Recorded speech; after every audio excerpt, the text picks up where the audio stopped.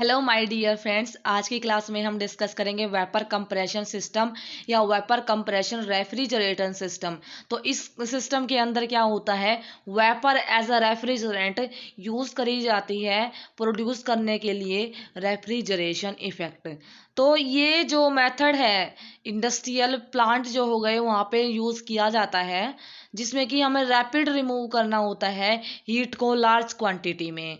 और most of the electric domestic refrigerator में भी यूज़ किया जाता है। इस सिस्टम के अंदर वेपर एज अ रेफ्रिजरेंट होता है, जिसको कि कंप्रेस किया जाता है इन अ कंप्रेसर, फिर उसको कंडेंस किया जाता है इन अ कंडेंसर, देन एक्सपेंड किया जाता है at a low pressure through the throttle valve या कैपिलरी ट्यूब, फिर उसको इवेपोरेट किया जाता है इवेपोरेटर के अंदर।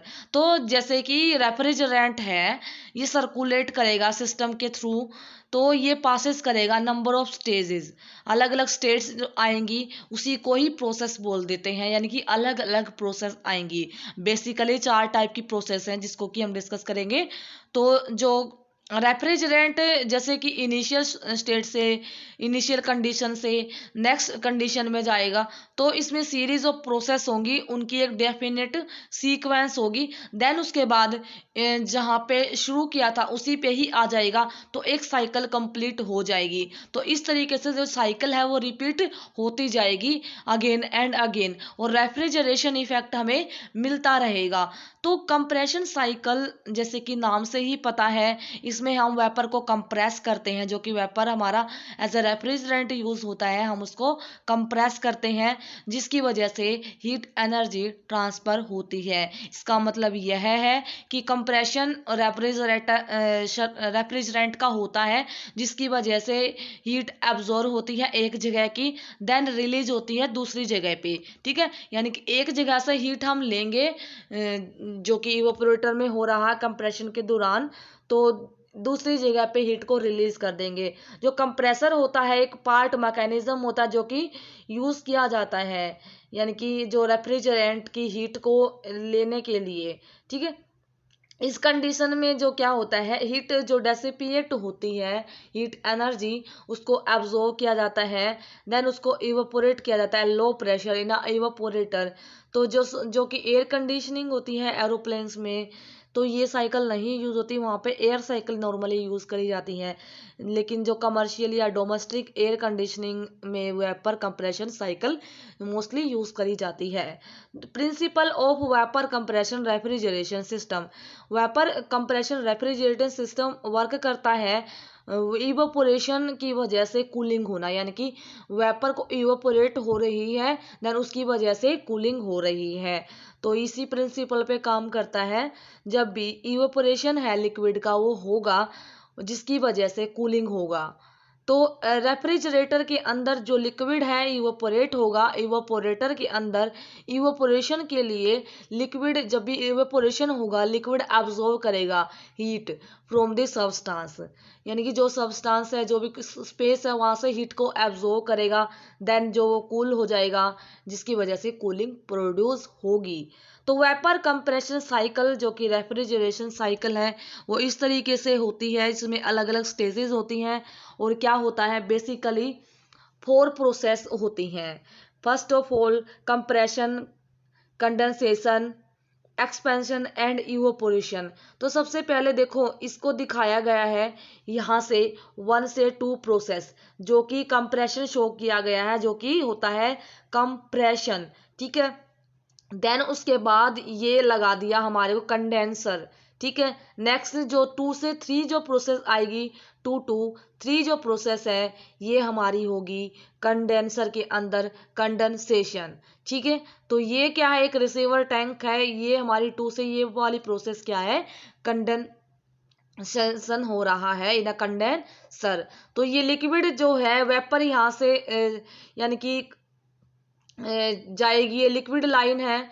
देन इसके बाद जो एक्सपेंड होगा, ये कंडेंसर के बाद में जाएगा एक्सपेंशन वॉल में। एक्सपेंशन वॉल में ये जो एक्सपेंशन है टू 4 जो प्रोसेस एक्सपेंशन हो रहा है, एक्सपेंशन या तो थ्रोटल वॉल में होगा या कैपिलरी ट्यूब में होगा।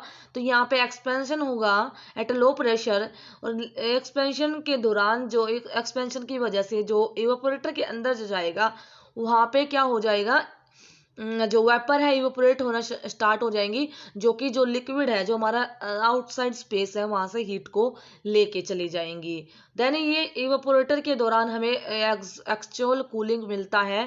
देन उसके बाद ये दोबारा से प्रोसेस रिपीट होता है, यानी कि 4 से 1 हमें आउटपुट मिलती है, रेफ्रिजरेशन इफेक्ट मिलता है। तो देखो ये चारों जो प्रोसेस है इसको देखते हैं कि कैसे कंप्रेशन में क्या होता है। कंप्रेशन के अंदर जो dry and low temperature and pressure refrigerant vapour जो कि इवेपोरेटर से आएंगी वो कंप्रेस होंगी ड्यूरिंग दी सक्शन स्ट्रोक। जो compressor isentropically to a high pressure पे होता है, यानी कि हाई प्रेशर पे आइसेंट्रोपिकली कंप्रेस किया जाता है। जो भी कंप्रेस हो रही है तो वेपर को सुपर हीट किया जाता है and its temperature become higher than the temperature of the condenser cooling medium. ठीक है, जब भी उसको कंप्रेस कर रहे हैं वेपर सुपर हीट होती हैं और उसका टेम्परेचर ज़्यादा हो जाता है than the temperature of the condenser cooling medium, यानी कि जो कंडेंसर का कूलिंग मीडियम है उससे ज़्यादा हो जाता है। जो कंप्रेसर होता है वो चलता है यानी कि ड्रीवन होता है या तो इलेक्ट्रिक मोटर से या बाय द इंजन, जो कि रिक्वायर करता है इनपुट ऑफ द सिस्टम, यानी कि हम कंप्रेशन को यानी कि कंप्रेशन प्रोसेस के दौरान हम इनपुट देते हैं सिस्टम में। ठीक है, तो बेसिकली क्या हो गया, सबसे पहले हमें देना पड़ेगा कंप्रेशन के अंदर इनपुट देना होगा और आउटपुट मिलेगा हमें इवेपोरेटर के दौरान। ये ध्यान रखना है, जो कंप्रेसर है यहाँ पे हमें इनपुट देना पड़ेगा। देन कंडेंसेशन क्या है, हाई प्रेशर जो रेफ्रिजरेंट जो वेपर है कंडेंसर के अंदर जाएंगी तो उसको वहां पे कूल करना है, ठंडा करना है और कंडेंस करना है, जिसके लिए हमें कूलिंग मीडियम अप्लाई किया गया है, यानी कि with the help of cooling medium जो वेपर आई है उस कंडेंसर के अंदर उसको कूल करना है, कंडेंस करना है। जो कूलिंग मीडियम या तो वाटर हो सकता है या एटमॉस्फेरिक एयर भी हो सकता है। जो वेपर जो होंगी वो हीट दे देंगी, यानी कि जो वेपर है अपनी हीट को रिलीज कर देंगी एंड जो रेफ्रिजरेंट है वो वापस से लिक्विड स्टेट में आ जाएगा। ठीक है, तो इसका मतलब यहाँ पे फेज चेंज हो रहा है। देन होता है एक्सपेंशन।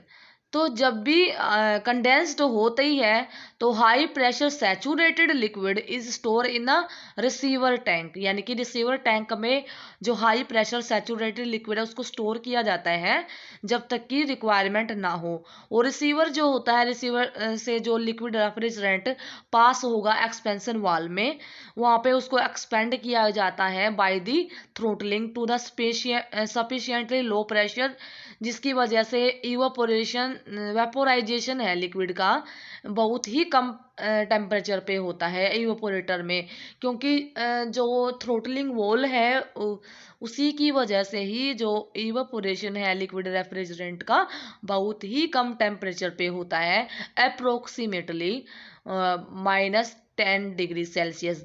तो जैसे ही लिक्विड जो भी रेफ्रिजरेंट है वहाँ का टेम्परेचर कम होगा इवेपोरेटर में तो वो सराउंडिंग की हीट को एब्जॉर्ब करेगा, खुद मतलब वेपर में कन्वर्ट हो जाएगा हीट को लेके। तो उसी की वजह से हमें क्या है कूलिंग मिलेगा। तो यही होता है इवेपोरेशन के दौरान, यानी कि जो लो प्रेशर रेफ्रिजरेंट जो कि एंटर करेगा इवेपोरेटर के अंदर जहाँ पे रेफ्रिजरेटर स्पेस प्रोवाइड होता है तो वो एब्जॉर्ब करेगा जो भी हीट है सराउंडिंग की उसको एब्जॉर्ब करेगा और रेफ्रिजरेशन प्रोवाइड करेगा।